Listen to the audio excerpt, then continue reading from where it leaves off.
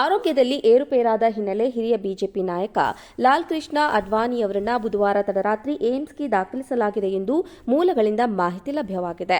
ಮೂಲಗಳ ಪ್ರಕಾರ ಅವರು ಇದೀಗ ಅವರ ಆರೋಗ್ಯ ಸ್ಥಿರವಾಗಿದೆ ಎಂದು ತಿಳಿದುಬಂದಿದೆ. ಆರೋಗ್ಯದಲ್ಲಿ ಏರುಪೇರಾದ ಹಿನ್ನೆಲೆಯಲ್ಲಿ 96 ವರ್ಷದ ಎಲ್ಕೆ ಅಡ್ವಾಣಿಯವರನ್ನ All India Institute of Medical ಸೈನ್ಸ್ನ ಖಾಸಗಿ ವಾರ್ಡ್ನಲ್ಲಿ ದಾಖಲಿಸಲಾಗಿದ್ದು ಚಿಕಿತ್ಸೆಯನ್ನು ನೀಡಲಾಗುತ್ತಿದೆ ಎಂದು ತಿಳಿದುಬಂದಿದೆ. ಇನ್ನು ಹೆಚ್ಚಿನ ಮಾಹಿತಿ ತಿಳಿದುಬರಬೇಕಿದೆ. ಆರೋಗ್ಯದಲ್ಲಿ ಏರುಪೇರಾದ ಹಿನ್ನೆಲೆ ಹಿರಿಯ ಬಿಜೆಪಿ ನಾಯಕ ಲಾಲ್ ಕೃಷ್ಣ ಅಡ್ವಾಣಿಯವರನ್ನ ಬುಧವಾರ ತಡರಾತ್ರಿ ಏಮ್ಸ್ಗೆ ದಾಖಲಿಸಲಾಗಿದೆ ಎಂದು ಮೂಲಗಳಿಂದ ಮಾಹಿತಿ ಲಭ್ಯವಾಗಿದೆ. ಮೂಲಗಳ ಪ್ರಕಾರ ಅವರು ಇದೀಗ ಅವರ ಆರೋಗ್ಯ ಸ್ಥಿರವಾಗಿದೆ ಎಂದು ತಿಳಿದುಬಂದಿದೆ. ಆರೋಗ್ಯದಲ್ಲಿ ಏರುಪೇರಾದ ಹಿನ್ನೆಲೆಯಲ್ಲಿ 96 ವರ್ಷದ ಎಲ್ಕೆ ಅಡ್ವಾಣಿಯವರನ್ನ All India Institute of Medical ಸೈನ್ಸ್ನ ಖಾಸಗಿ ವಾರ್ಡ್ನಲ್ಲಿ ದಾಖಲಿಸಲಾಗಿದ್ದು ಚಿಕಿತ್ಸೆಯನ್ನು ನೀಡಲಾಗುತ್ತಿದೆ ಎಂದು ತಿಳಿದುಬಂದಿದೆ. ಇನ್ನು ಹೆಚ್ಚಿನ ಮಾಹಿತಿ ತಿಳಿದುಬರಬೇಕಿದೆ. ಆರೋಗ್ಯದಲ್ಲಿ ಏರುಪೇರಾದ ಹಿನ್ನೆಲೆ ಹಿರಿಯ ಬಿಜೆಪಿ ನಾಯಕ ಲಾಲ್ ಕೃಷ್ಣ ಅಡ್ವಾಣಿಯವರನ್ನ ಬುಧವಾರ ತಡರಾತ್ರಿ ಏಮ್ಸ್ಗೆ ದಾಖಲಿಸಲಾಗಿದೆ ಎಂದು ಮೂಲಗಳಿಂದ ಮಾಹಿತಿ ಲಭ್ಯವಾಗಿದೆ.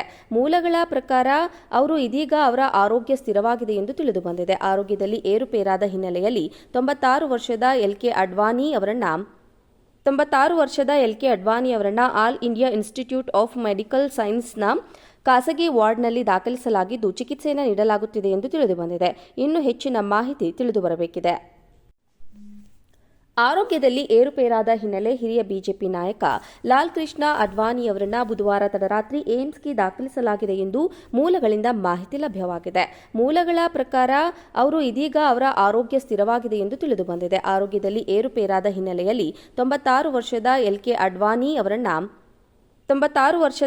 ಅಡ್ವಾಣಿಯವರನ್ನ All India Institute of Medical ಸೈನ್ಸ್ನ ಖಾಸಗಿ ವಾರ್ಡ್ನಲ್ಲಿ ದಾಖಲಿಸಲಾಗಿದ್ದು ಚಿಕಿತ್ಸೆಯನ್ನು ನೀಡಲಾಗುತ್ತಿದೆ ಎಂದು ತಿಳಿದುಬಂದಿದೆ. ಇನ್ನು ಹೆಚ್ಚಿನ ಮಾಹಿತಿ ತಿಳಿದುಬರಬೇಕಿದೆ. ಆರೋಗ್ಯದಲ್ಲಿ ಏರುಪೇರಾದ ಹಿನ್ನೆಲೆ ಹಿರಿಯ ಬಿಜೆಪಿ ನಾಯಕ ಲಾಲ್ ಕೃಷ್ಣ ಅಡ್ವಾಣಿಯವರನ್ನ ಬುಧವಾರ ತಡರಾತ್ರಿ ಏಮ್ಸ್ಗೆ ದಾಖಲಿಸಲಾಗಿದೆ ಎಂದು ಮೂಲಗಳಿಂದ ಮಾಹಿತಿ ಲಭ್ಯವಾಗಿದೆ. ಮೂಲಗಳ ಪ್ರಕಾರ ಅವರು ಇದೀಗ ಅವರ ಆರೋಗ್ಯ ಸ್ಥಿರವಾಗಿದೆ ಎಂದು ತಿಳಿದುಬಂದಿದೆ. ಆರೋಗ್ಯದಲ್ಲಿ ಏರುಪೇರಾದ ಹಿನ್ನೆಲೆಯಲ್ಲಿ 96 ವರ್ಷದ ಎಲ್ಕೆ ಅಡ್ವಾಣಿಯವರನ್ನ All India Institute of Medical ಸೈನ್ಸ್ನ ಖಾಸಗಿ ವಾರ್ಡ್ನಲ್ಲಿ ದಾಖಲಿಸಲಾಗಿದ್ದು ಚಿಕಿತ್ಸೆಯನ್ನು ನೀಡಲಾಗುತ್ತಿದೆ ಎಂದು ತಿಳಿದುಬಂದಿದೆ. ಇನ್ನು ಹೆಚ್ಚಿನ ಮಾಹಿತಿ ತಿಳಿದುಬರಬೇಕಿದೆ.